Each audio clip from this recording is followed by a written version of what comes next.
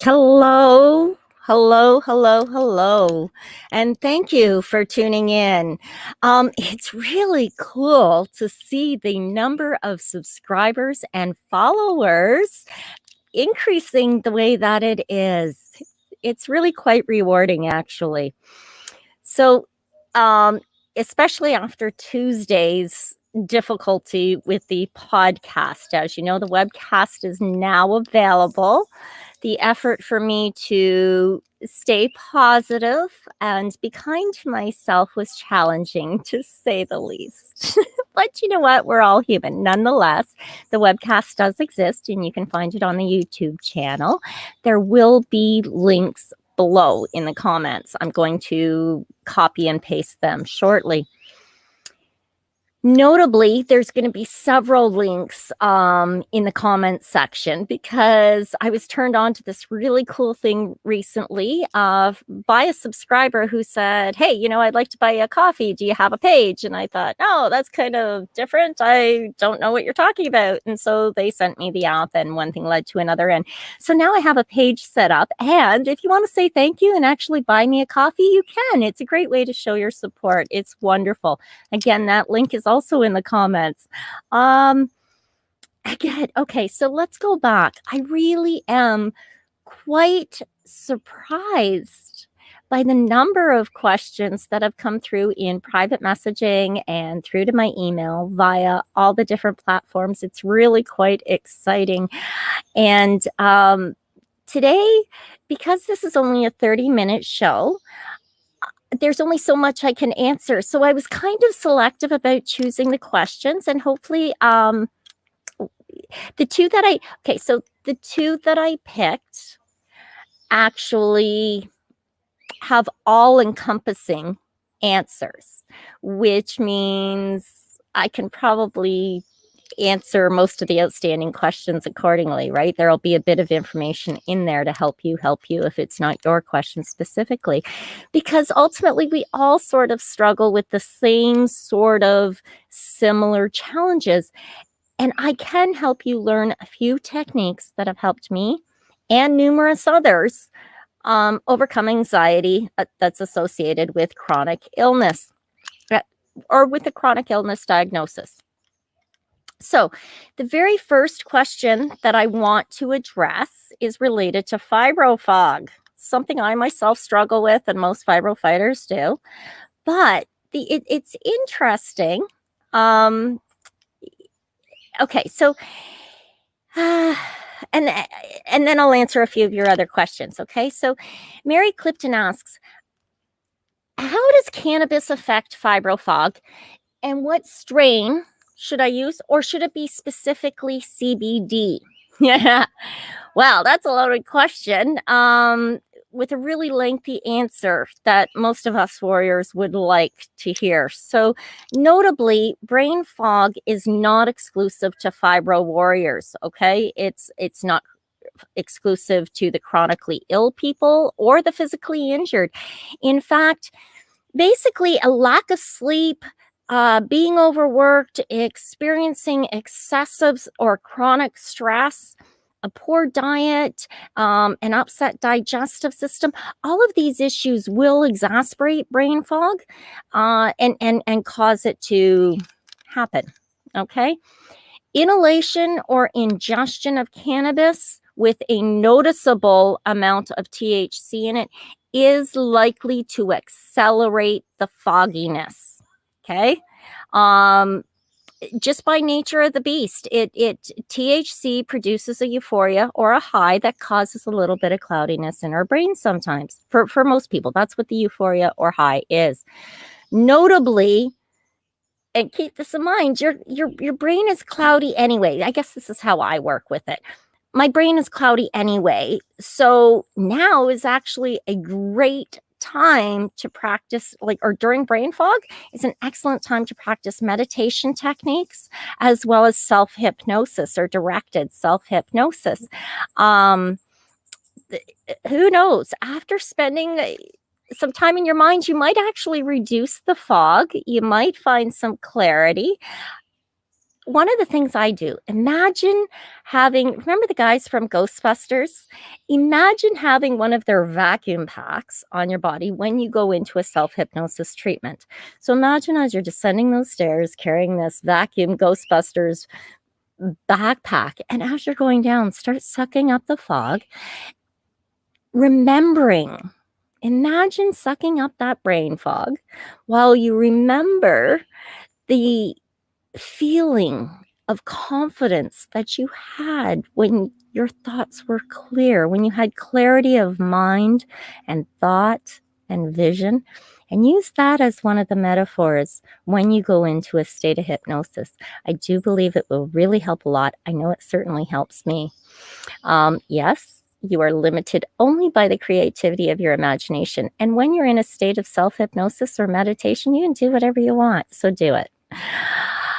Now, back to your question, Mary. Unlike THC, CBD will not get you high. It does help to promote like a hormonal balancing through the endocannabinoid system, which is a whole conversation in itself. But that could give you a sort of euphoric feeling. Some people have reported, hey, yeah, I felt that. But that's more like a vitamin rush than it is a high, okay?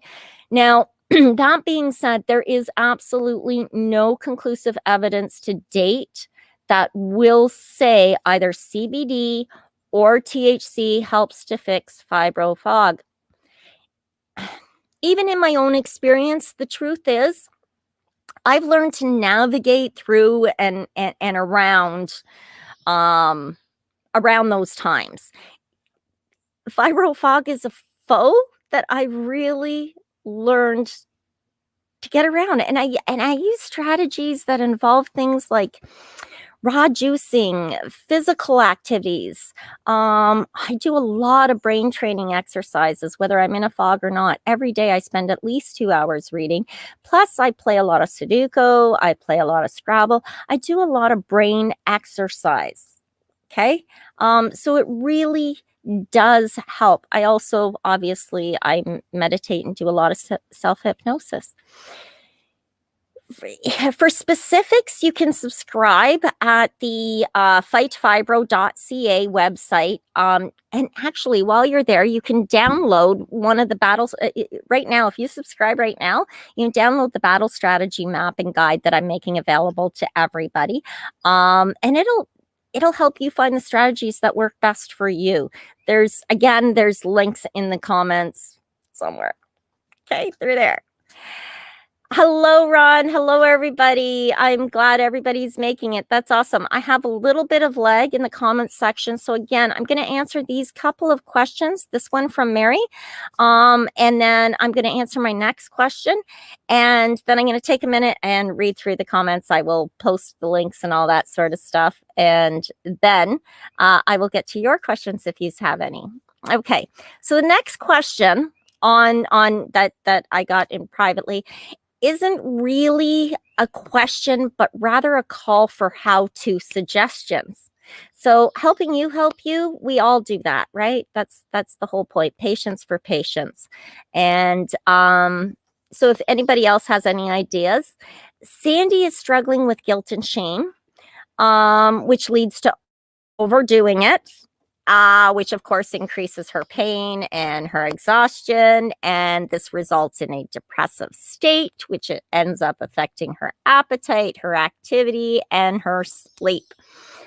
Her family and friends get frustrated. They show concern over what's happening with her, which puts her into the whole cycle again of guilt and shame, which leads to overdoing it, which leads to increased pain and exhaustion, which leads to depression, and she's back there in guilt and shame. So we all know this toxic cycle. Any of us fibro warriors or chronically ill or those who suffer from chronic pain, we know and understand the challenge of that toxic cycle. Sandy, first and foremost, let me say thank you so kindly for sharing your strategy with us. Yes, that's a strategy you're running, and it sucks, doesn't it? I know, I've been there, and I've been caught in that program probably, or one quite similar to it, probably a lot. Okay. So that said, I really want to point out to you that your brain, because you asked, your brain is working perfectly, just not perfectly for you. Okay. Basically, the problem is that you're running an automated strategy program, and most automated strategy programs are 4 steps, and that's exactly what you're running, is 4 steps. So what we want to do is we want to change the program that's being called upon. Basically, we want to get one installed in there that runs, that gets you, or to achieve the thing you want to achieve the most, right? For all intent purposes, the computer, or your brain, um, is opening a program that it runs, that's called guilt and shame, that leads to, that leads to, that leads to, and then we run this program again. So you're kind of opening a program like Corel Draw, when what you want to do is type a document, right? So they just don't go together. Yeah, you can sort of kind of make it work, but it takes a whole lot of effort. It's exhausting, and the results are never as good as you want them to be. So that's what's happening with the strategy that you're running. So of course we want to change that. And yes, NLP and hypnosis are amazing tools to help us do that. NLP will write the new program for you. Hypnosis will help you install it into the subconscious so that it will run automatically. But, and you have to keep this in mind, you have to actually practice it.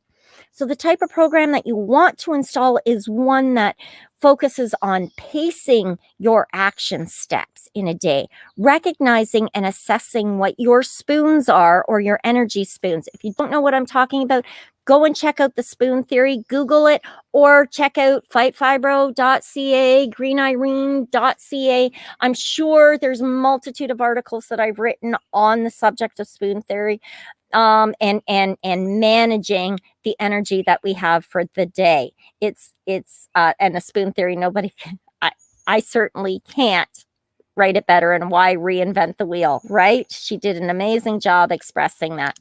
So budget your spoons, assess your day, and write a program accordingly.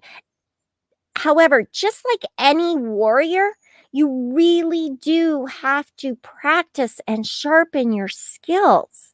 So again, if you're in a fibro fog, now's an excellent time to do that. Other techniques like meditation may come easy to you, but self-hypnosis may not. And there is actually a difference. They're both common in that there is a trance state. The difference between meditation and hypnosis is that hypnosis has an intent. We intend to, while in a state of trance, install programming. However, in a state of meditation, that's a lot more like go with the flow wherever the wind may blow. And it's great for rest and relaxation, for stressing or de-stressing, pardon me, for de-stressing the mind and the body. So there is a difference. If you're having any difficulties, don't be shy to book a call with me. We can probably schedule an appointment, or I may just be able to say, nah, think of it this way. It might take a 10-second blah, blah answer for me to help you. Okay. But book a call with me if you're having difficulties. Cannabis is an absolutely marvelous vehicle that will help relax your mind and your body. It helps to de-stress and get you into a state, a nice, comfortable, relaxed, warm state of trance, whether it's for meditation or self-hypnosis. Some of my favorite, you know what? I always recommend a hybrid, probably like a 60-40 indica sativa split. A couple of my favorites for medicated meditation, where I'm not staying focused, would definitely be Afghani Kush and probably skunk number 1. Now, keep in mind, those are very, very high indicas. I usually do, I have a high tolerance for them because they're products I grow. So I use them frequently. But be careful, because a high indica in a state of trance can let you fall asleep. You'll have a great sleep. It's not going to do you any harm.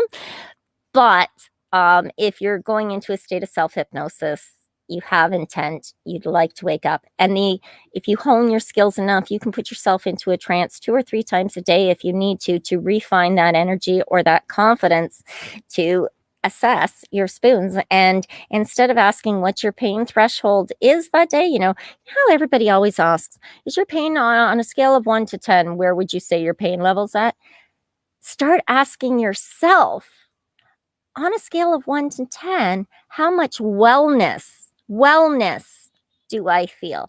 And as soon as you find out how much wellness, hello, Ginger, thank you for joining. As soon as you find out how much wellness you're feeling for the day, it makes that self-hypnosis trance a lot easier. So again, almost any strain will help you with medicated meditation or help you get into a trance of self-hypnosis. Just be cautious with the high indicas.